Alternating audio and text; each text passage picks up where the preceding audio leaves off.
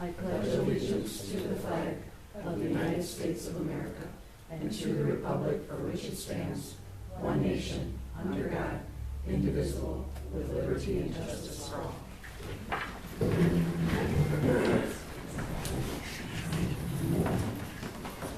Number 2, we will call to order the June 5th, 2025 Village Board Meeting.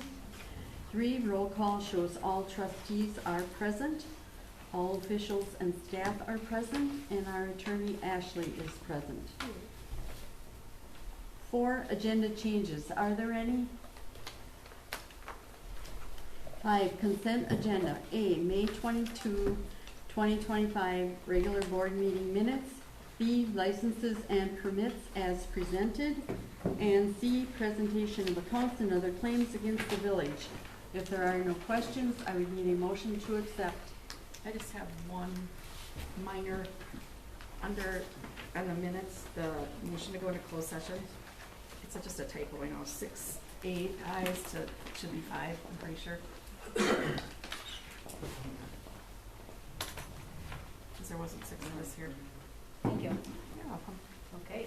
So I just have a quick question. Consent agenda, I see board meeting minutes, licenses, and permits. Do we have vouchers? Where Yeah. are they? C, At the bottom. under C. Oh, okay, all right. Can we pull vouchers out of this motion? I just have a question on one of them, so can we just pull that in? We have to pull it then and vote on the rest and then discuss that and decide if we want to accept it. Okay, if somebody made a motion, I don't know. I didn't make a motion, I just did. Did anyone? Okay, we need a motion then. Then I'll make a motion to approve consent agenda points A and B and pulling C out for further discussion. I'll second. Roll call. Jim? I wasn't here, I'll abstain. Aye. Aye. Aye. I wasn't here either, so I'll abstain. Aye.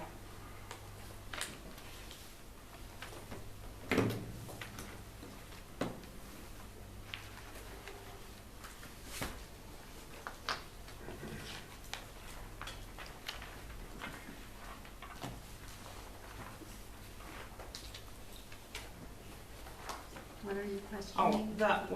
On the voucher list, and I'm sorry that I seemed discombobulated, it was just, that was the last one I signed. The Porta Tower system, what is that?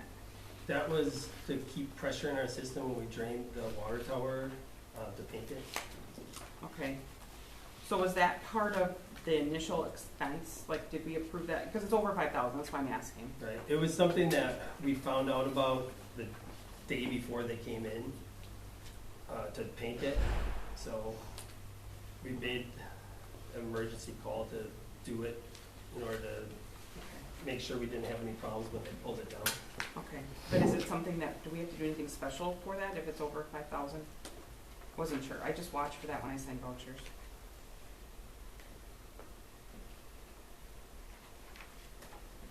Yeah, you could just vote on it separately.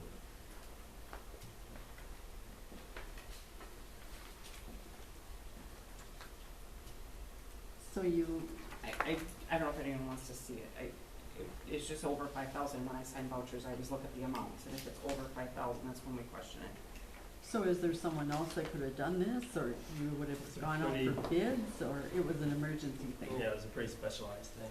Okay, so basically then, I think we take Aaron's word on it, that it had to be done at that time, so. I'm not questioning you. I just, No, it should have probably came back after we did that to the fact though. I just always look for that. It did prevent boil notice. So. It prevented boil. Exactly. So, Exactly. because we did have a water main break that drew it down pretty hot, pretty far, pressure was reduced a little bit, and without that we would have had one, so. No, I get it. Just looking at the amount. So that was that's the very last one. So then I would need a motion to accept the accounts and the vouchers.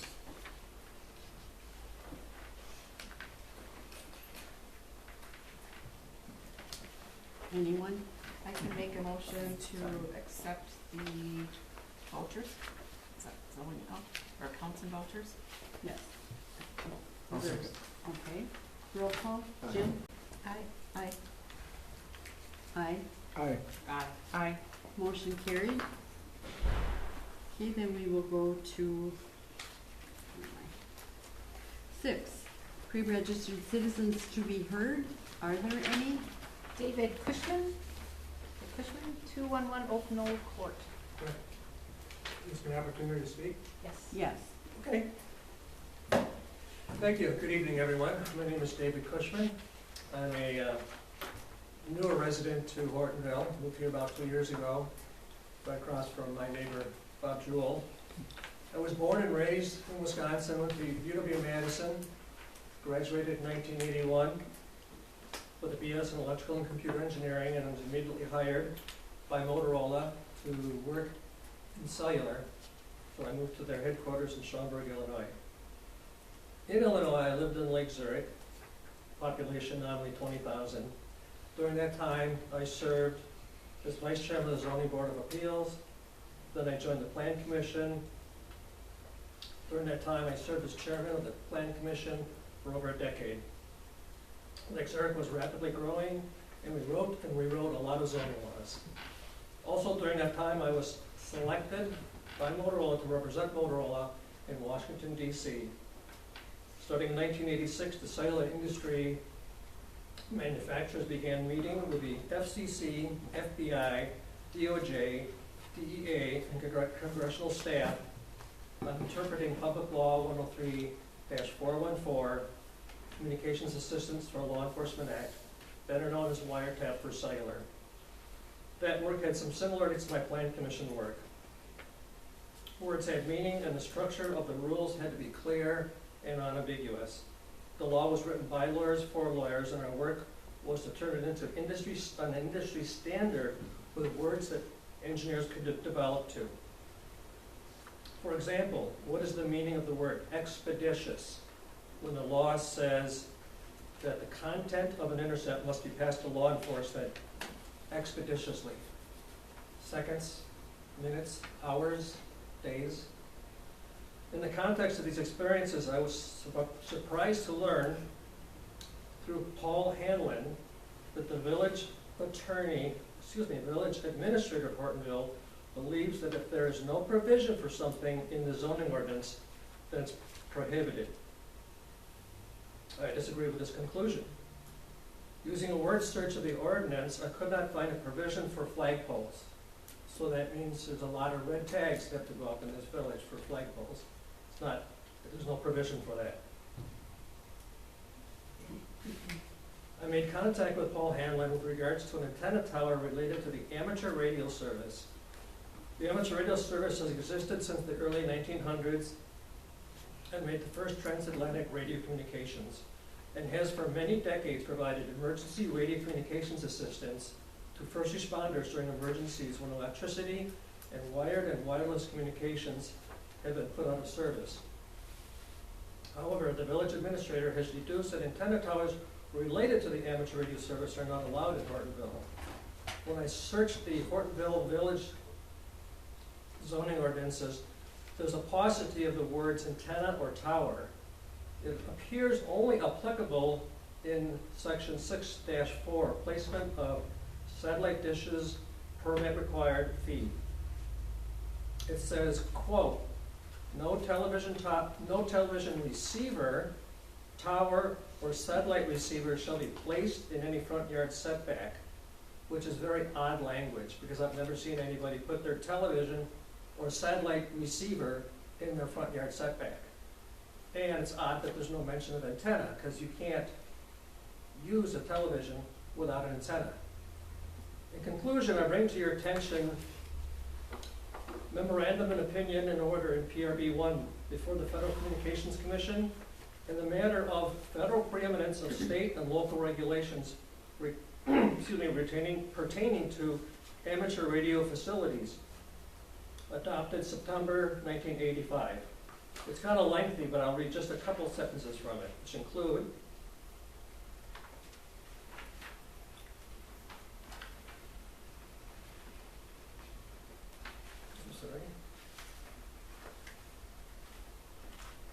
The Because amateur stations communication are only as effective as the antennas employed, antenna height restrictions directly affect the effectiveness of amateur communications.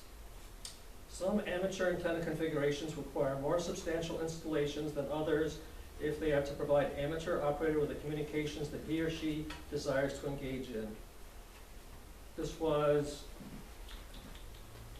granted on July 16, 1984 by the Federal Communications Commission.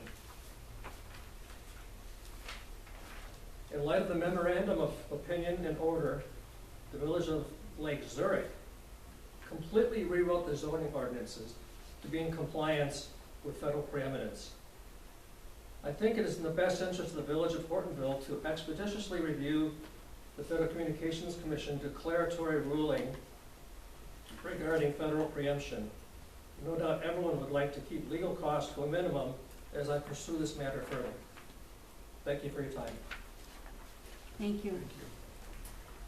Anyone else? Okay, we'll go to 7 committee reports. There are none. 8 unfinished business from previous meetings. There is none. 9 new business. A, discussion and possible action on O-2-25. Ordinance amending retail Class C wine license. I'll take this. There was a establishment in Hortonville that wondered about having a Class C wine license, and we didn't have anything in our ordinances. It used to be you have to be a restaurant with a seating capacity of over 300, so it never really applied. But now they changed those rules, so I just wanted to make sure we had it in our ordinance for this establishment that wants to sell wine. So we had the attorneys write this up. So does this change enable that business that was inquiring about this, or does it just define it better? No, it enables them to get a Class C wine license. I This just is, wanna make sure that. this is different than the Class C liquor license where they could sell the wine. It was a flower shop. This is different. Yeah. Yes. Any other questions? Otherwise, we would need a motion. I read through this and I was, one thing that stuck out at me is the employment of underage persons, section 833B. Says they can't employ anyone under the legal drinking age. So. Right. That was, they asked me that, the attorney that I worked with when we were working on this, because this establishment, there is nobody that's underage working there. There's very few employees. Okay. So going forward, yes, they would have to be all legal drinking age. So, but this this goes for Class B or Class C licenses. So everyone has to be legal drinking age if you get any of those licenses, every employee, To sell, serve, or dispense of. to sell, serve, or dispense? Yeah, Or to, yeah, so So I you could understand have the like a- dispense, right. yeah. They could not be the ones that exchanging money or that Yes. were pouring the wine. Okay, I mean, does this like say that in there that I see? Cause it just says no, you can't have any underage persons employed. And so nobody under the age of 21 can work at any place if they have this license? So the way that I understand it is that they shall not employ that person to do those tasks. Okay, all right, just making sure. Otherwise I didn't have any issues, I just wanted to make sure that I wasn't reading it, I was reading it correctly, but. Anything else? Otherwise, we would need a motion. I'll make a motion to approve O-225 ordinance amending retail Class C wine license. A second. Roll call, Jim? Aye. Right. Aye. Aye. Aye. Aye. Aye. Motion carried. B, discussion and possible action on Alonzo Park Playground Splash Pad Pay Application Number 3. This is pay application for the work that they completed on the splash pad and playground. Went over it today with our consultant. They are holding a little bit back yet, just until they make sure the grass is grown in. But this is for a majority of the work that's been completed, and everything there is completed now. Just waiting for the grass. Any questions? Otherwise, I would need a motion. This is for the 295 one? Yeah. Okay. I'll make a motion to approve the payment, is it to Vinton Construction? Yep. In the amount of $295,768.41. I'll second. Roll call, Jim? Aye. Aye. Aye. Aye. Aye. Aye. Aye. Motion carried. C, discussion and possible action on R-11-25 to approve 2024 compliance maintenance annual report. So the compliance maintenance annual report is something we do every year. I'm looking at our wastewater treatment facility. And on the final page, you can see we got an A, and that's a testament to Sean and the rest of the guys that are working down there. They really do a good job keeping it running in tip-top shape. They definitely need to be complimented for doing a good job. And all the permits or treatments were all A's. I mean, it was very, very good. That's not easy. Okay, we would need, I'll make a motion to approve R-11-25, the compliance maintenance resolution, to accept the 2024 compliance report. I'll second. Roll call, Jim? Aye. Aye. Aye. Aye. Aye. Aye. Aye. Motion carried. D, discussion and possible action on request for reimbursement for asphalt repair of resident at 455 East Main Street. This resident brought this in, wanting, village to pay for a repair that the state DOT caused on their property during the construction of the Highway 15, construction. Basically, they approached the DOT about it, and they said that the project's closed, so they're not gonna do anything for that, person. And they asked that we put this on the agenda. They want us to pay to resurface their driveway. The apron. Is this the It's- stretch, I'm sorry, No, go ahead. It's a stretch along our old, road to the, That- to the landfill. and that's getting oh, so what you're saying is like that little roadway there? Yeah, by the sign, along the that Hortonville roadway sign. is By their the Hortonville driveway. sign, right? The one the Hortonville sign? Correct, the little. The lit up, whatever. So, it's one of the driveways that connects to our non-existent street. It's an old driveway for our landfill site that the dump trucks did park on a portion of as they were trying to stay to one side of the area and probably caused damage, but Isn't that stretch though, and I understand that this isn't on JJ, this is off of JJ, but isn't that stretch that is the old road, isn't that being reconstructed during I thought I remember the state DOT saying that from where they stopped, that then they were gonna continue, or the county, or I can't remember, maybe it was, it's not a listed 19. road. Correct, but I thought there was, back when when 15 got finished, I remember them saying, we're still gonna come back and we'll, like from Greendale,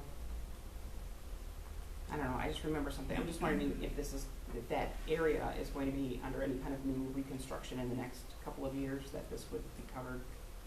No, okay. No, I see two separate things in here, one for the One's the- apron one's and the one for whole. the driveway.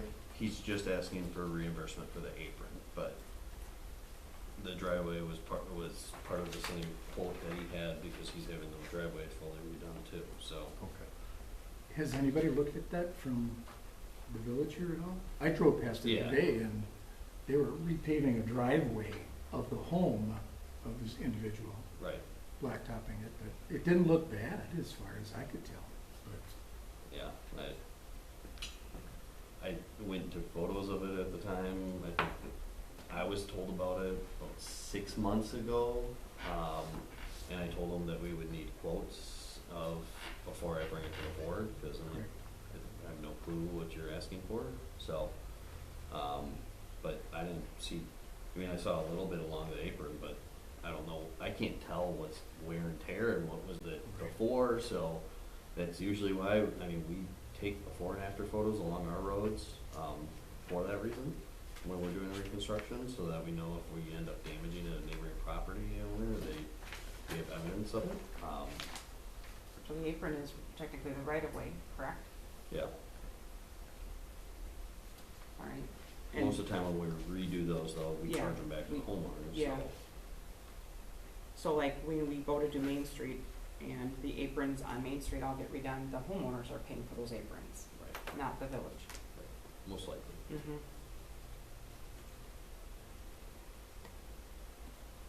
So what did the state do on that road by his They- house? They were using, when they were clearing out the landfill of the old landfill, they did do truck staging along that strip fully. And in order to have that 2-lane work while the roundabout was going in, they were using that road to get onto the state highway, what's now the state highway. So it wasn't big enough really for the trucks to kind of both go, so they had kind of they were in the right of way still, but they were on the edge of his property, I'm sure. I remember seeing them a few times, but I didn't take photos of them while they were there or before that, or, you know. Did the homeowner give us any photos at all to come to, I mean, that would have been helpful. I can ask him for what he's got if you want me to bring it back. I mean, generally, if the village damaged it, I would say then we're liable for that. I mean, maybe this is an Ashley question, but, I mean, if the state did it, is the village obligated to pay for what the state damaged? I don't see any reason why they would be. No different than when We Energies came through and tore apart some things on people's lawns. The village was not responsible for what We Energies did, and they were responsible for repairing that.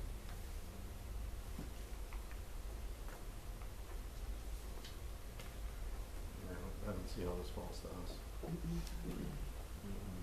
see any way that this can fall, I mean, unless we're the ones doing the work, otherwise I don't see any way that this falls to being our, I feel for the tenant, having damage done, but, I'm curious if he contacted the state back so many months ago, like so the project closed, what was it, last Year. Yeah. I know he did a few months back, but he said that they just told him it was closed. I'm like, yeah, they said that to us too, because we had some areas that we noticed on Greendale that were pretty badly torn up from them when they were putting in the pathway. And they just basically said, yeah, we can't do anything else, Okay. so. So basically, do we need a motion to accept or deny? Or do we just, Probably, yeah. How did it come to you? It was just handed to me and asked for reimbursement from the homeowner.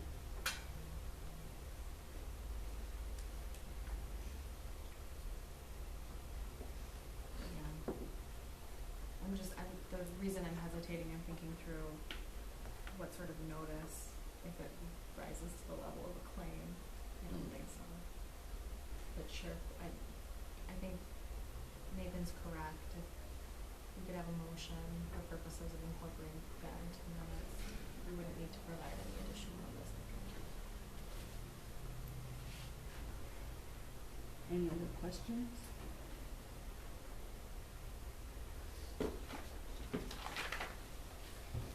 If not, we would need a motion. I will make a motion to deny the request. Second. All in favor? Aye. Opposed? Motion carried. E, discussion on pocket parted agreement. I think Jim a few weeks back asked for this to be put in to get an update on. Should be in the packet here. Basically, nothing's really changed on it. We did do a 1-year extension, but so they technically would have to the end of the year to have it completely completed, but they're not really moving on anything, so I highly doubt anything's gonna be completed by it. There is no clawback mechanism for the property. We sold the property for the fee that we sold it for, and they just don't have access to the reimbursement they would have gotten if they built.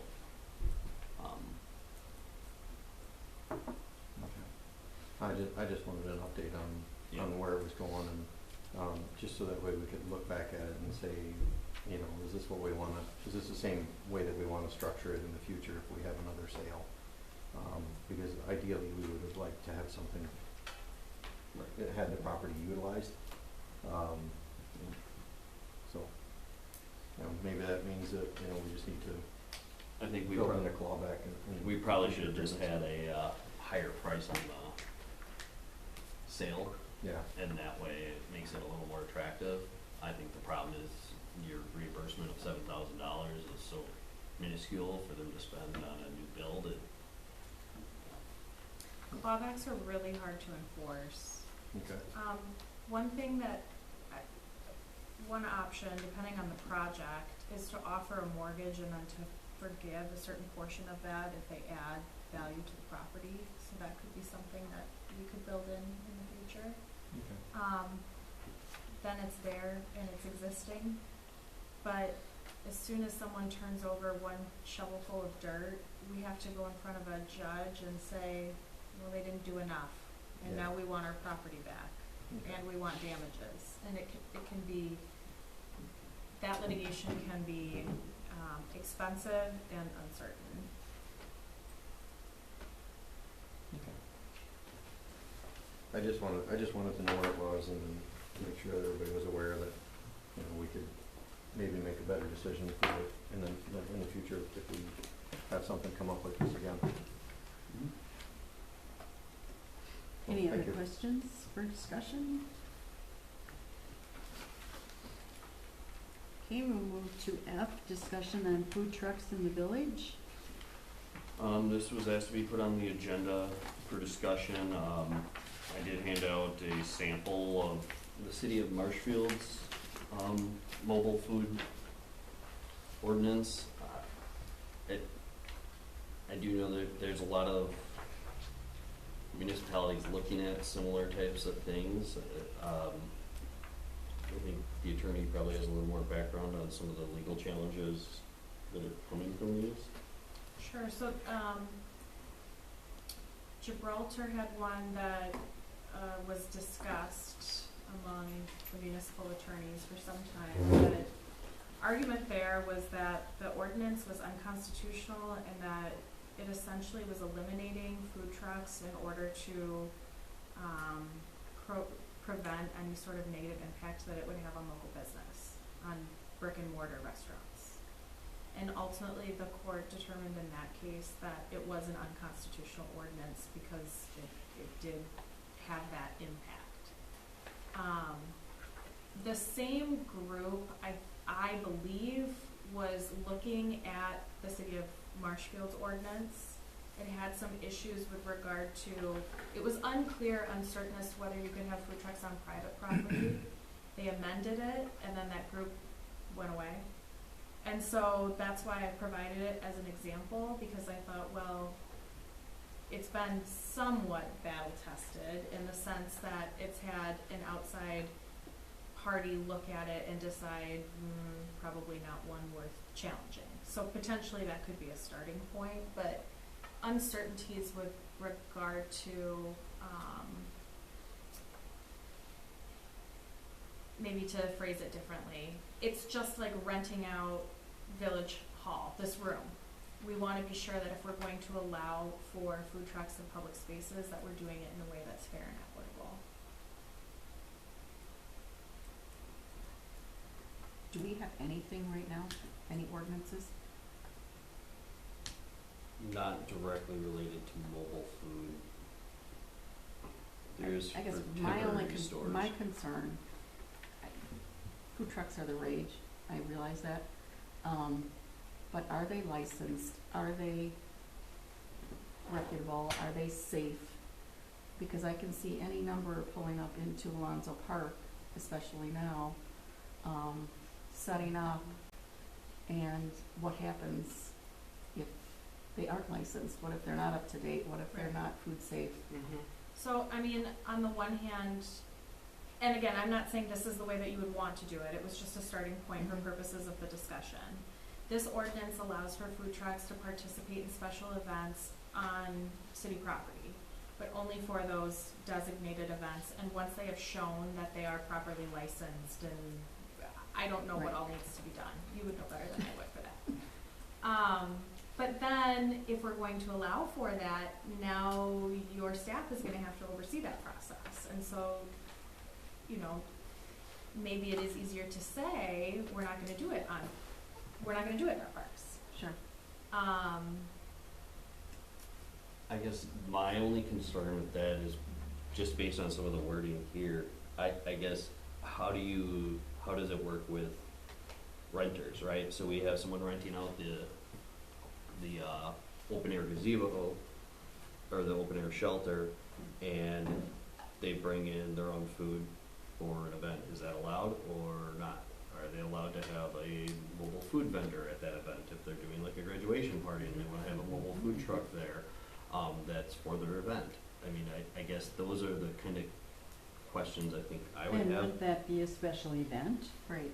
So that's Not- why we would make that I don't- exception. I think you No. would have to decide if that would, Our special event permit doesn't, We don't fill out a special event permit to rent the shelter. right, Like if we held a graduation party and rented or hired a food truck to come, because a lot of people are, you know, so that's not a city sanctioned, but it's on that property. And so when somebody rents any of the shelters or rents something from the village right now, is there some sort of application that they have to fill in? yeah. Is there anything that we could put on that application that says, will there be food trucks on premises? And if so, you know, or an additional, you know, just an additional checklist of they're licensed and they're by the health department and that they're, Yes, but Yeah. there's also the enforcement of it, right? So yeah, if someone sees a food truck up there, are they Okay. calling it in? Or, I mean, who's enforcing it, exactly. And then the other question is too, is, so what's stopping someone right now from just pulling up to Alonzo Park, parking and nothing? So the last couple of summers, there have been food trucks. And so eventually that word is gonna get out that that splash pad is there and things, and I think if we give them a gateway with the guidelines, give them guardrails of something, I think we should look at doing something, but it's just tricky Right. with what. Then if it's private property, so like Bricks, they bring in food trucks, so would any of this, no, that's their own private property, that's their own, and I don't think it would affect the school district either, because it's, I don't know. I don't know.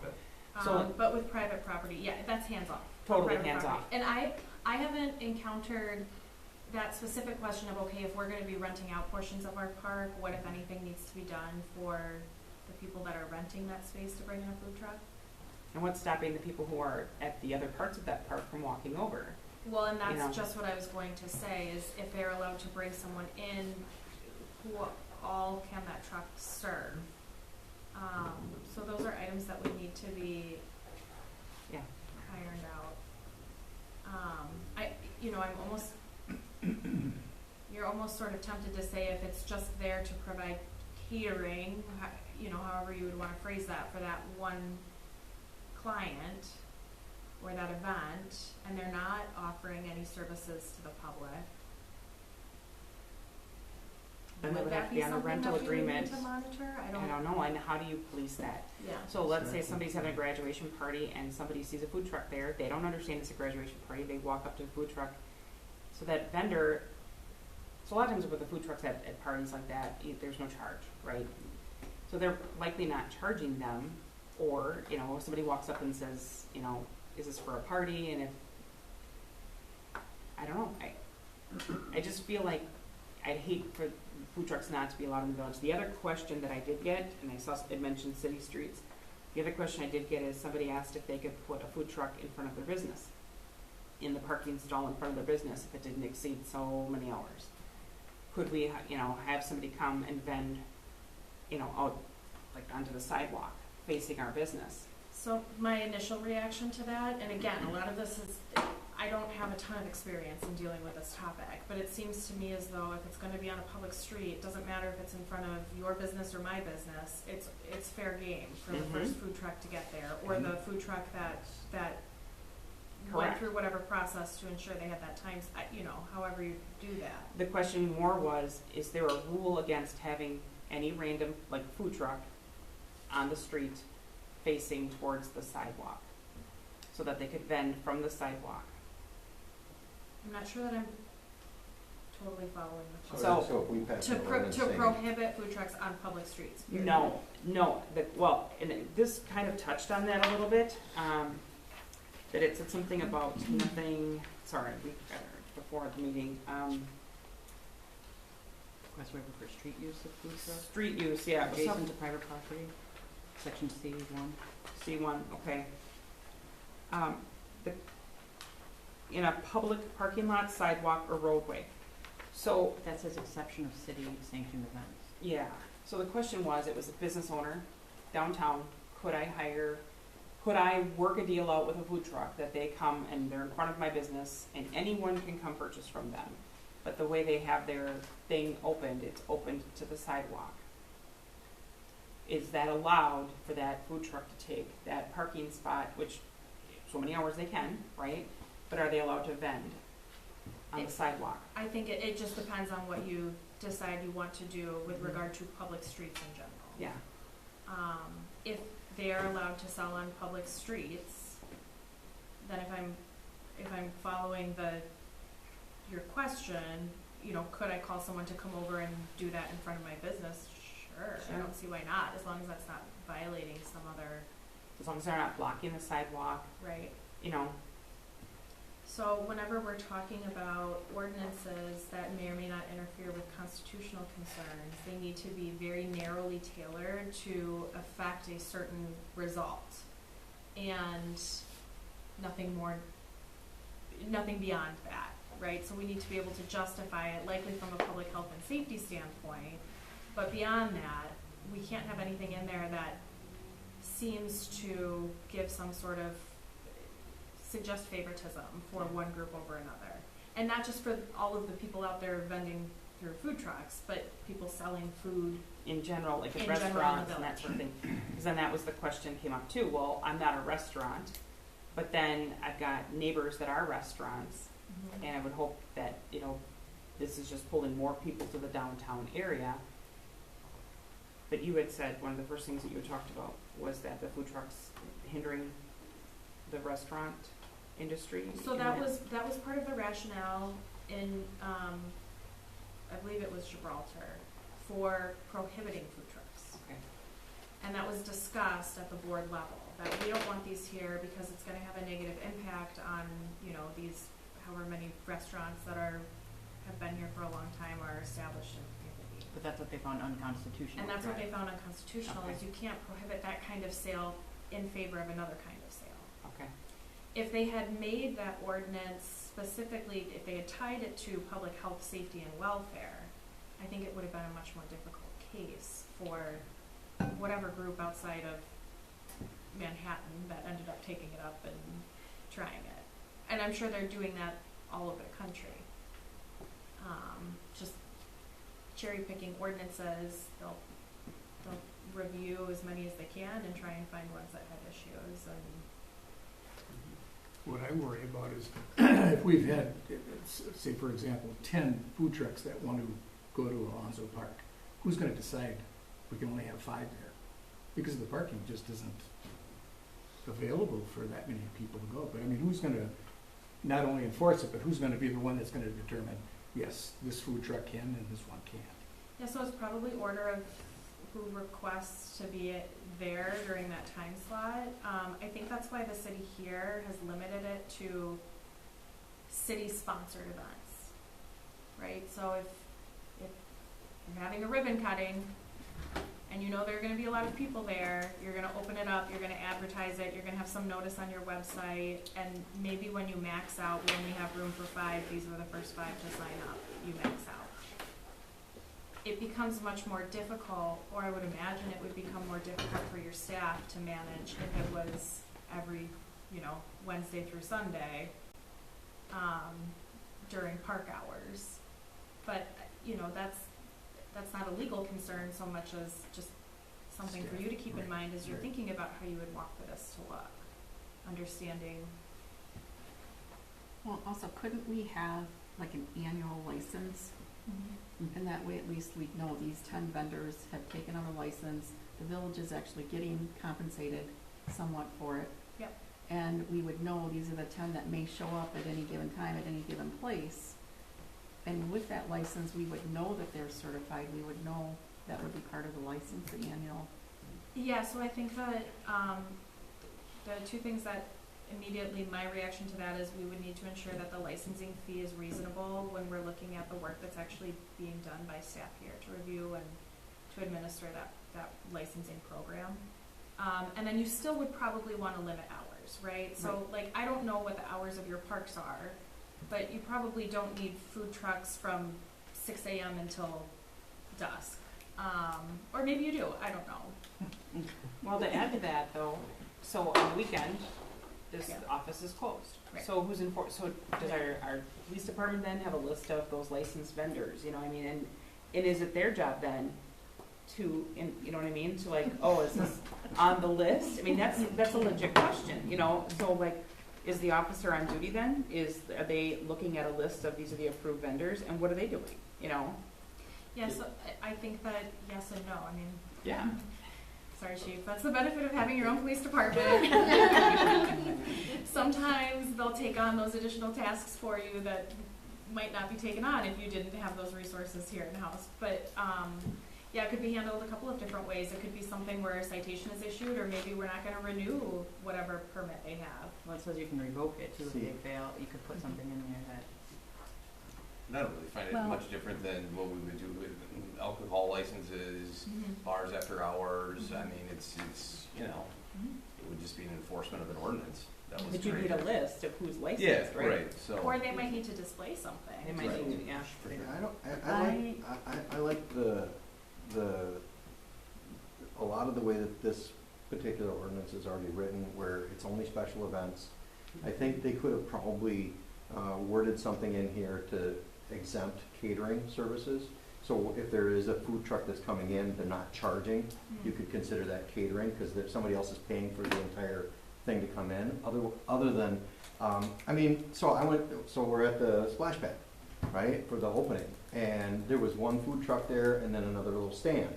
And in my opinion, that was too much already. So if it's a hot day in the summer and we have, so say we give out, 6, 10 licenses, right? Even if we restrict the hours, you get 3 or 4 food trucks down in Alonso Park, and now you got all these families and all these little kids and everybody running all over the place and people trying to drive through the parking lot, and we don't have enough parking space to accommodate that in a safe manner. I also think, in terms of the streets and sidewalks, we're narrowing the street.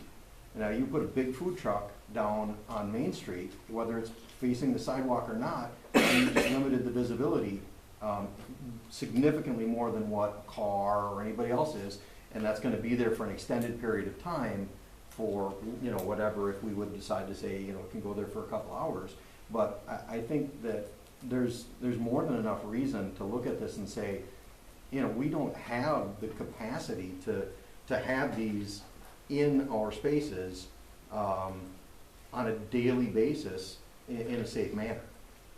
So, not to, I think that in a special event, you're closing stuff down. You could come in and say, you can go over here and you could go over there, so that way you're out of the way but if you got people coming in all the time, they're gonna go in the place that's gonna get them the most business.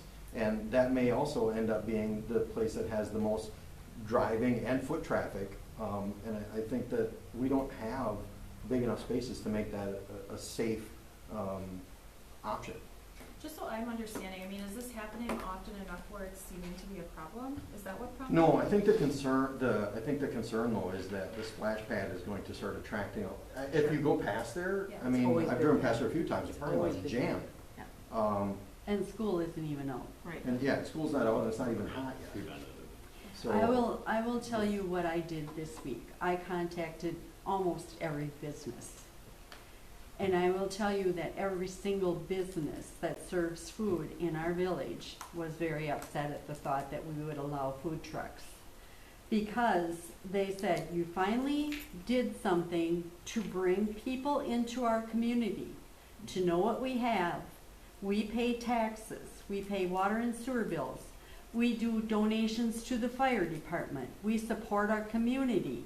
Why would you ever allow food trucks to go into that park and take this away from our businesses? See, but then we're entering into that dangerous territory now, where you have brick and mortar locations asking for you to provide protection to them for their kind of sales over another. Well, they didn't ask.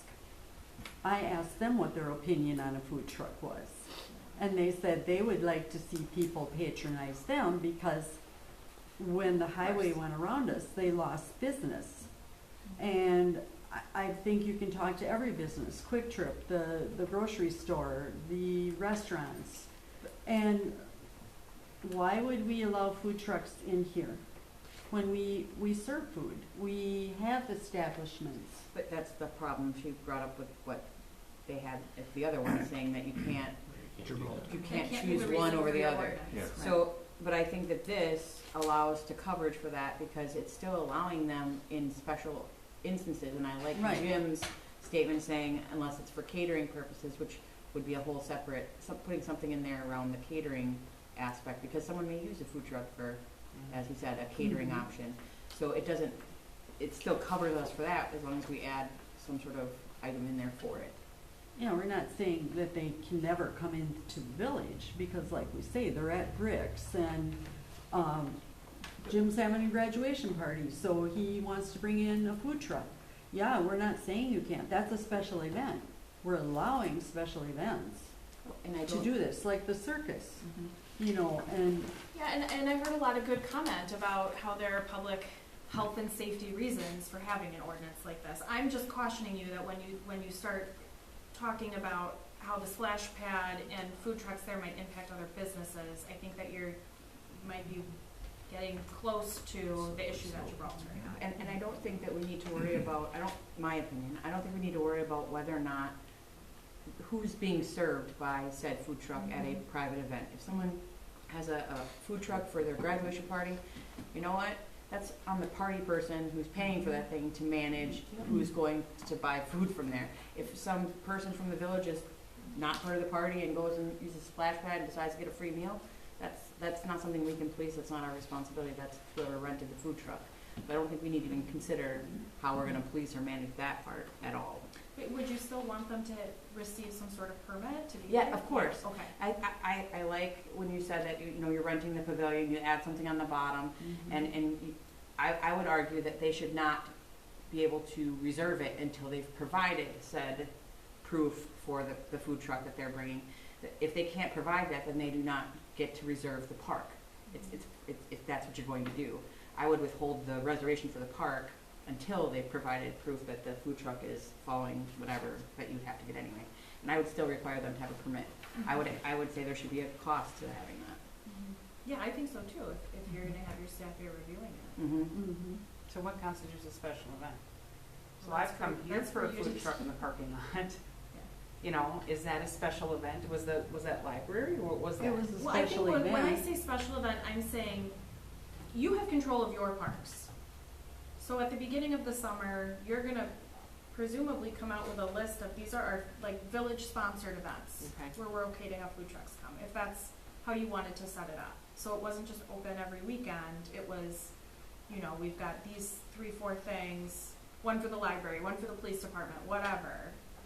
And then people could apply to, or sign up, assuming that they had their permit, they could sign up to come for those events. And then additionally, it would be if it was a catering situation, if you rent the Right. pavilion, that's not a special event, but it's a rental situation where you're renting the pavilion in any park. Yeah, so And on that's private property, additional- we don't care, but if you're gonna have your graduation party on public property, then we wanna be sure that that person is And they providing only, safe services to you. so they only need to provide like health certificate, if it's a food truck coming in, but if it's a catering service bringing in food, they don't need to provide any of that? So we're differentiate between the two? I think it's kind of a different situation. A food truck, you walk up to the window and you get something. Catering is not like that. It's delivered to you. You're not going up to a window and placing an order where the public would be confused I by think that. it's more of a space issue. I'm just Yeah, no, I asking to think, clarify. I think they're about the same. I think, that's why I said, I think if we, like for private events, I think that there should be a way to come up with the language, hopefully, that catering is catering or catering for events, whether it's a food truck that's catering, right? Catering implies, and to me, catering implies that you're not paying, Right. right? I mean, one entity is paying for the food, somebody else is coming and providing the food. Whether they come and they bring in pans with heaters underneath and everybody takes their food out, or if they pull up a truck. I've gone to birthday parties where, 50th birthday parties where the Mexican place in Greenville brings their truck in, and we have 4 things we can order off of their menu, and you just hand it to you. There's no paying, there's no transactions. They paid the entity that held the event paid them as a caterer for the service, whether that's setting out trays or whether it's handing it out of a truck. But at those events, you can't go up to that truck and buy stuff. I know, but I think the difference here is, one, her question was about whether or not they have to show a health and safety, whatever, documentation and get a license, right? Whether it's catering, do they need to get a license? Do they have to provide it? Are we only saying food trucks, or are we also saying caterers? And I think, in my opinion, there's a big difference between a caterer showing up and using a food truck as a caterer, because when people see a caterer's van show up with a bunch of food, drivers by don't say, hey, there's a caterer there, I can go buy food from them. I'm just playing But they devil's see- advocate They see a because- food truck and they might say, oh, I can stop and I can get something, not knowing it's a private event or food truck being used as catering. I'm just playing devil's advocate, just, because Um, not I everybody's gonna say that or think that way. I'm just saying in general, if you word something, you have something, if there's food there, you Well, have to and- you have to word it so that it's gonna work for everybody. You can't, because then someone's gonna come and say, well, I had this catered in, I had this truck come in and cater this for me, but. Yeah, when and they- does it show yeah. the same sort of preference? Right, that we were right. talking Yeah, about yeah. with Say, restaurants? as a And they're bringing caterer- a truck and then nobody's physically going to the window. Thank That you. truck is there because that's their Yes. equipment on there. Yes. And then they're bringing the food Yes. in, yes. So But- a lot of times a food truck that appears Yes. from a parking lot might not even be vending out of that truck. Exactly. I will say, as a caterer, and any caterer should feel the same way, in my opinion, I'm licensed. If somebody wants me to provide my health certificate in order for me to show up to cater at somebody's house, at somebody's park event, whatever it is, I'd be more than happy to provide that. And anybody should not have a problem doing that. I agree. So Yeah. whether it's a food truck or a catering service or whatever it might be, it Yeah. shouldn't be an issue. Nobody should mind doing that. I'm actually gonna see the attorney that represented Gibraltar. He has very strong opinions about that case because he lost it. But I'll see him next week and I'll run that idea by him too and see what his thoughts are on these, private events on public property. And that's only if you have someone else, like if it's a family bringing in the food, that's fine, you're okay. It's only if you have another company bring in food, is what we're saying. Because there's liability with that. Just trying to clarify what we're really going for. Well, I mean, I feel it's no different than like when you rent a venue for a wedding and you have a alcohol vehicle show up and they have to provide proof of licensing and all the things that they have when you rent a beer venue. You as a municipality have statutory limits, liability limits for damages that occur on public property. And one distinction, a major distinction, if there's an incident and you are found liable and it includes damage as a result of a motor vehicle, it's a $250,000 cap. If there is no motor vehicle involved, it's a $50,000 cap. So we're talking about a difference too with that equipment that's coming in to provide that service, and again, into a public space. And I could see that being justification as well for requiring that kind of a permit, even though it's specifically intended to serve attendees of a private event, it's still on public property in that instance. I'm gonna put Ally on the spot here.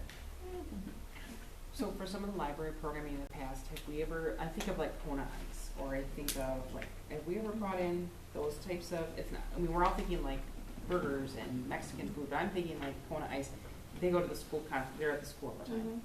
So have we ever brought in, like, when you've done some programming, or like, I think of the end of year carnival thing that you do, or whatever you brought in? Yeah, so at our carnival last year, we had 5 food trucks. Granted, that would be considered private property because it's commercial club, Yeah. correct? For a public event, but it But still the- would, but it the would be a problem- special event that the village put on though, so Sure. it wouldn't, if we were using Yeah. this, it wouldn't be a problem. Yeah, I'm just trying to go with a specific example here. So let's say the library is gonna bring you've got programming going on, let's say Kona Ice is gonna come from one of those events. Now it's public property, it's a public sanctioned event, type of thing. I think at that point it would be considered a municipal event though, Yeah, because we're a municipal department. So I think that would be that would be included in the okay. thing anyway. But I wouldn't wanna create an ordinance that would prohibit those types of things, Well, I would bring it to the board for an exemption if I had something I really needed to do. Yeah. I'm just trying to think of that side of it. So like we have had programming where it included, That's a special event, we're fine. Special Right, event. the only thing Yeah, it would special event. prevent from us is once in a while in the past, we would have one come here, just to come here for Yeah. our staff purposes, but it wasn't necessarily a special event. anybody driving but by could, That is so rare and was something that it's not the end of the world to me, in my opinion. Right. Most people didn't care about that because it wasn't like, it was about probably 20 people or 30 people that came by, and there was school district in our staff. And that same truck was at Alonzo Park, maybe not so much last year, but the year before, quite a bit, almost daily. Well, I think my opinion is we should look at this and see what we can add with, talk to that gentleman you were talking about, and see what his thoughts are on the private use of public land, and see how that all fits into this, and see if we can word it in here somehow and then bring it back and say, how do we feel about it with that language in it? But then with an ordinance like that, you don't have it's not open on the weekends or whatever for anyone to just roll up and park, and would you want to have hours for that kind of business too? I think what you're talking about is maybe just getting a little more time. This was just brought up to us Yeah, tonight. oh yeah, and I'm not asking for a final decision, I'm just Yeah. saying, I want you to keep that in mind also. If we set it up like this, it's just for really village-sponsored events. But if you wanted to have, hours in which the parks were open for, Well, maybe we could consider something similar to what we do with rummage sales, where, they're allowed to have so many per year and so many hours, each license, although it's an annual license, you get this many. Yeah, but who polices I don't know, that? that's so the hard. whole part of it, I get it, but Then you've gotta keep track of how I many get times it, do I'm they just come trying in. to, You'd be better to off solve things doing for like everybody. a day or two a year where, right, Okay, so tomorrow Yeah, morning, and you have think it, it's a turn it phone into call? a municipal event, and then you have a food truck week or whatever. Right. right. But yeah, but it still becomes an event. yeah, however So- you want to do it. I think that there are probably a number of ways And until then, to skin that cat. yeah, and until then, we got a phone call tomorrow morning from a food vendor asking if they could park at Alonzo Park. We don't currently have an ordinance, there's nothing preventing them from parking there, right? I think the answer probably is as long as you're Okay. not preventing, you're not Any causing some sort of safety concern issue. from a safety standpoint, we don't have anything that prohibits that at this Yeah. time. typical responses, I'll get back to you as soon as possible. And then We once just you don't get have anything, you know what I mean? I just feel like this, now with school being out, I think there's gonna be interest. I mean, we haven't seen them yet, right? So hopefully we We'll have can get something this- before we get to that point. Yeah. Yeah. I think that just naturally too, you might have one pull up, and it's not like the other 3 are sitting there thinking this Watching is the this spot guy, for yeah. me. Yeah, they're gonna go look for where there's not so much competition. Mm-hmm. No? I think You've got sometimes, food truck rallies? More happening? Well, more food trucks, the sometimes they do do better with, Stay together. yeah, that's why fast food always goes next to each other. yeah, because families don't always like the same things.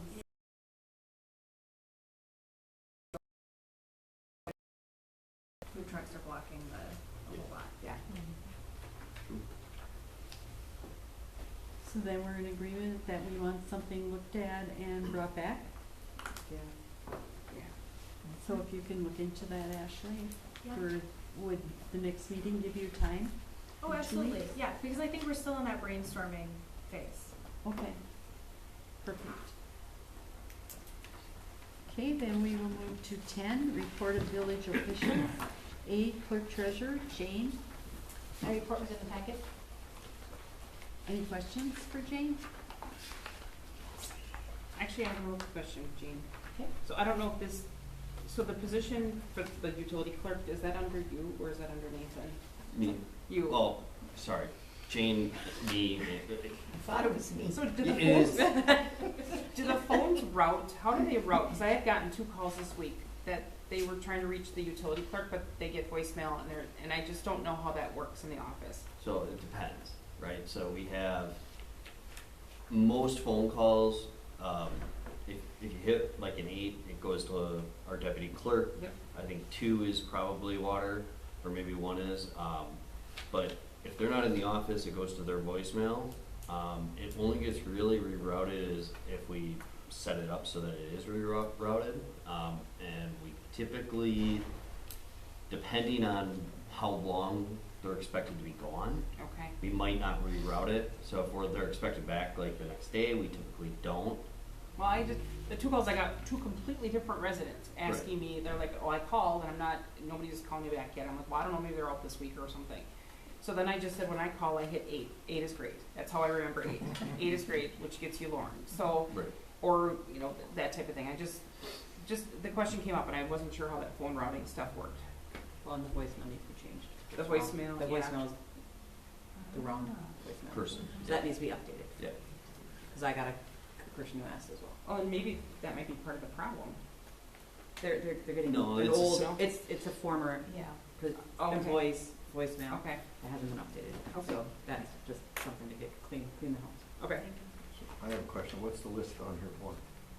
What is the list Is of? it the operators, bartenders? Yeah, that wasn't included on there. Yeah, there's just a Right. list of no title. Yeah, the one was from last year's, the ending of the operators that were issued, and then this year's, the great big long one is this year's. Okay. Thank you. I was gonna mention that. There's a lot of them. Yeah. Any other questions? Okay, we'll move to B, Director of Public Works, Aaron. My report is in the packet. Unfortunately, wasn't able to be there, but it sounds like the grand opening of the playground splash pad went really well. And I just wanted to give thanks to everybody on the staff that worked on it, and as well as the construction contractor and consultant all did a really nice job on it. Very nice. I heard a lot of nice compliments. It's getting used, that's for sure.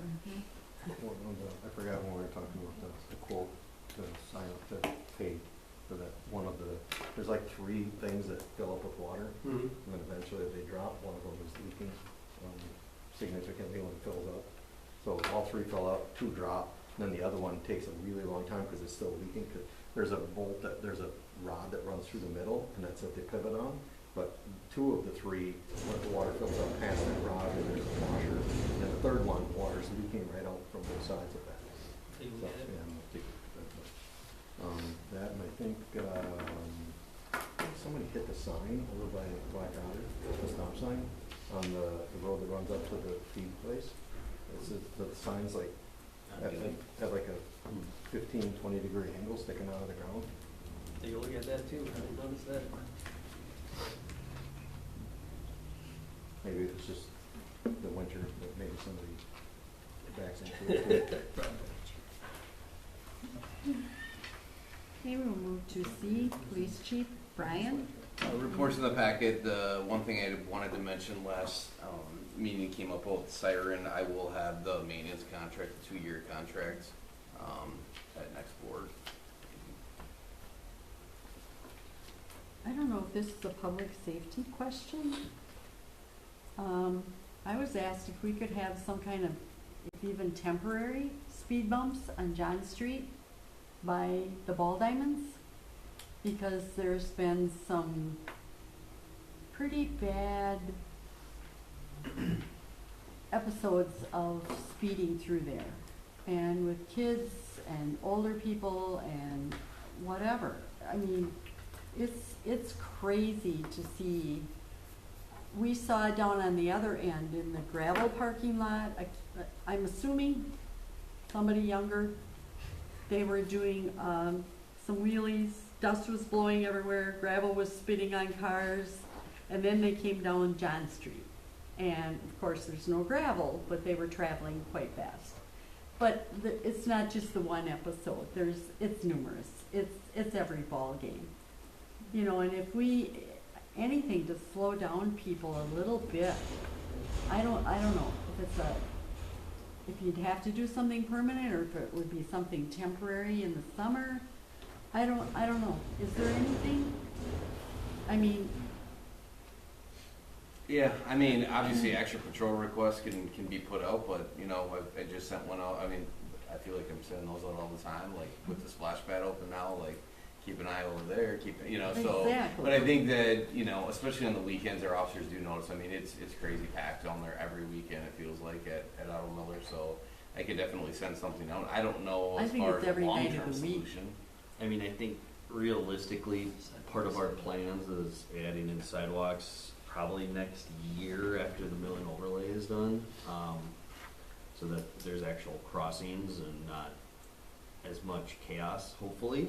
I don't think they'll stop it. Yeah, I mean, you could do tabletops, things on, I've seen in Greenville, but you get a lot of people who hate those and complain about them, because what ends up happening is people go off them. They speed up for them, sometimes they don't see them and they're hitting them hard. It's hard for motorcycles, some of those, so it's, I don't know how much it necessarily helps. It also kind of makes it, I've noticed when I've gone through the one in Greenville, what happens is you have two people who are going to a stop sign, and then all these people on the main route are slowing down to go over the tabletops, and the people at the stop signs, sometimes if they don't know the area, think it's a four-way stop, so they start going, and you get some close calls sometimes that way. But granted, it's probably not the same in this area. You have a single route, you have no real intersections other than a driveway for the parking lots and stuff, but I don't know. What about those things that, do we even have those on that used to stick The up our- targets, the pylons, yeah. The pylon, I mean, like- that's, Pylons, they bolt in, right? Yep, that's something Period of that time. we would probably do with the sidewalks as well, but, I mean, we could do them earlier too, and do some up where we think we'd probably put the sidewalk in. We've looked at doing some of those too over on Main Street where the crossing is by Alonzo, just to kind of have another thing to kind of warn people. So we are looking at doing that too. We gotta talk to this county to make sure that they're okay with us doing that into their road, but. Okay, which also maybe this is a public safety thing too. The other question I had gotten is, if you're leaving Alonzo Park, are you officially part of that traffic signal? Or are you on, so is there any kind of signage we can put that at least tells, because there's a lot of people from outside of Hortonville that are coming. And the question I got was, so when you're there, are you at an intersection or are you off to the side of the intersection and you It's a good question. I would like to know the answer. I would love to know. And then you'll, yeah, and I'll be honest, it's a great question, because I think even I feel that way when I pull up. Like, Yeah. are you like, can you in take a the left intersection, here? or you Can I take a do right and then a left, or are yeah. you? So the question is, I I think know it's this is being just rebuilt. jog just enough that it creates that Yeah. weirdness. Well, eventually that's planned, but Or traffic, you know, when they redo The other option is to do a one-way Yep, entrance. exactly, through one there way. for now. Yeah. one way at the light and go out the other way. That's how I do it currently, because I Yeah, I would know. never go out that way, because No, you're it's basically guessing which stoplight you're supposed to be paying attention to. It's just, again, a public safety thing. Yeah. It's a good question. I kind of forgot that I was asked, but I was asked the question. I'm like, well, I just treat it as if it's Frogger, not the intersection. Yeah. I like the one-way idea. Yeah, That's Yeah. one way by the light And and it's go just out a the matter of opposite. signage. Yeah. I don't think we need authorization for that, ordinance-wise, because it's private property, so we should. Right, because the one-way is in the, not In on the a roadway, right. so I think you'd be fine just Marking. putting up signage. Yep. Okay, any other questions? Okay, we'll move to D, Library Director, Ally. I provided my director's report at the table. We had a part-time employee leave on April 28th. As of today, we have a new employee that started today. When I posted the job, interviewed and hired within a month, we had 21 applicants this time and 8 interviews. Huge applicant pool, which was fantastic. So new person started today, which is perfect because our registration for summer opens on Monday. Just highlighting some of what we've got going on this summer. 46 or more programs over the 8 weeks that we have our programming. We've got some really great prize baskets. We've got club level Brewers tickets, which is pretty exciting. T-Rex tickets. The Packers sent us a big old box full of stuff to include as prizes. And a lot of that, the library has not had to purchase any of these prize baskets. They've all been donated from businesses, organizations, which is a first for us to not have to fill in during the summer. I was very excited about the club level tickets for the Brewers and quite sad that staff can't partake. We are also doing a school supply swap. So this week only, which only really gives the kids tomorrow, all 6 schools have a bin near their admin offices for teachers, parents, and school-age kids to put any unwanted or unused school supplies from they have left over for the year. We're going to hang on to them until August and then do a supply swap for families who can't afford to go buy new. So we're collecting those as well. Just 2 programs I want to highlight because they're unique to us this year. We have an Indigenous performer coming on Monday, June 16th, and he's going to talk about the stereotypes surrounding Indigenous folks in our area, as well as put on layer by layer his dance regalia and explain exactly what each item means in their culture, which is really exciting for us, as well as a plantable pages 1 week from yesterday, where you can make paper from scratch, adding native seeds to it, and then you can turn it into a postcard, greeting card, whatever. And so just throwing it away, just rip it up and throw it in your yard and it'll sprout native plants. So we're doing a lot of really, really awesome things. There's also currently a statewide campaign that we posted about today on our Facebook. We have postcards available in the library to write to legislators explaining why libraries are so important, because federal funding is being limited at the moment for public libraries across the country. So we want to really highlight why community libraries are such an important part of a community. So I encourage folks to fill out a postcard, and we'll bulk send them at the end of July. So. Any questions for Ally?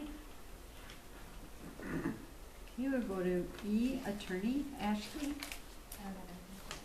Okay. F, Administrator Nathan. Yeah, had a decent amount of meetings this week with some developers on some things that are moving forward there. Met with met with Epton Alliance Church, kind of talked about what their thoughts were going forward a few years from now. So I got some insights into that. Other than that, helping out around the admin office, we've had a few people out, so kind of trying to keep stuff moving as much as possible at this point. Any questions for Nathan? Okay, we'll go to G, building permit report. It is in the packet. H, any other miscellaneous topics for future discussion? I have one. And I'm not sure if it's a board agenda type of item or if this is a committee of the whole, because it includes different departments. So we have this compost site, but we don't have, and I know we've talked about different sites and that sort of thing, but I'm more worried about, so we have a plate reader, we have use, we have misuse, and all that sort of thing, but I'm not sure if we have any kind of policy or procedure.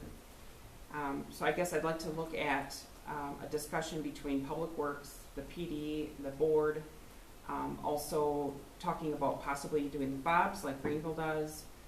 I think New London also does something too. I did some research on that. But I also think we just need a clear and cut policy procedure for use and what to do if there's misuse.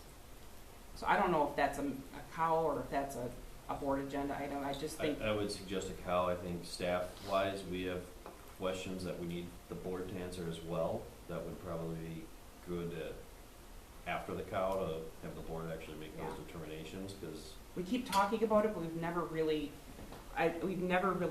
given anything with teeth, and I think we need to finally do something with teeth. So. is there a preference? I mean, do you want to do a cow before a board meeting, or do you want to do it a separate night? I think we should just do something before a board meeting. It's easier for everyone, isn't it? Mm-hmm. Good. Probably at 5. Are we looking at June 19th? Are you going to do it in 2 weeks? We would be ready, yeah. Okay. Staff-wise, it's just what works for the board. Most municipalities have everything, their procedures and their policies just online, which is actually pretty helpful. So, I'm okay for that. Is everybody okay with that? Okay. We will then go to 11, communication and miscellaneous business. A, Black Otter Lake District News. Bob? I was not able to attend the meeting the last time, but I will make sure we have the minutes and the financial statements for the next meeting here. Yep. I was at the meeting. Those didn't get in this one. They haven't been reviewed yet, but we met last week. We discussed some potential work at the boat landing. Sean's going to look into more of that, but there's a sinkhole that's developed. We also got a harvester update and all the work that was done on the harvester, get that ready, thanks to some of the people here. And then gave an update on our consultant that's doing a watershed study. They are currently working on a draft of the watershed study, but need some additional sampling that's going to take place this summer. And they still hope to have their report done by our annual meeting. We'll go to B, Hortonville, Hortonia Fire District News. Jim? There's one. C, Gold Cross Ambulance Run Report and News. There is none. D, Hortonville Civic Association. Jane? I have nothing new. Okay. E, Senior Activities. Jane? We meet next week, Thursday, Okay. at noon. And then 12, comments and suggestions from citizens present. Anything? Okay, 13, I would need a motion to appoint a minute taker for closed session. I will appoint Shauna. I'll second it. All in favor? Aye. Opposed? Nay. Motion carried. 14, motion to go into closed session I'll make a motion to go into closed session, state statute 19.851C, considering employment, promotion, compensation, or performance evaluation data of any public employee over which the governmental body has jurisdiction and exercises responsibility. A second. Roll call, Jim? Aye. Aye. Aye. Aye. Aye. Okay, 15, we would need 5 minutes recess to clear the meeting room. That way employee has 2.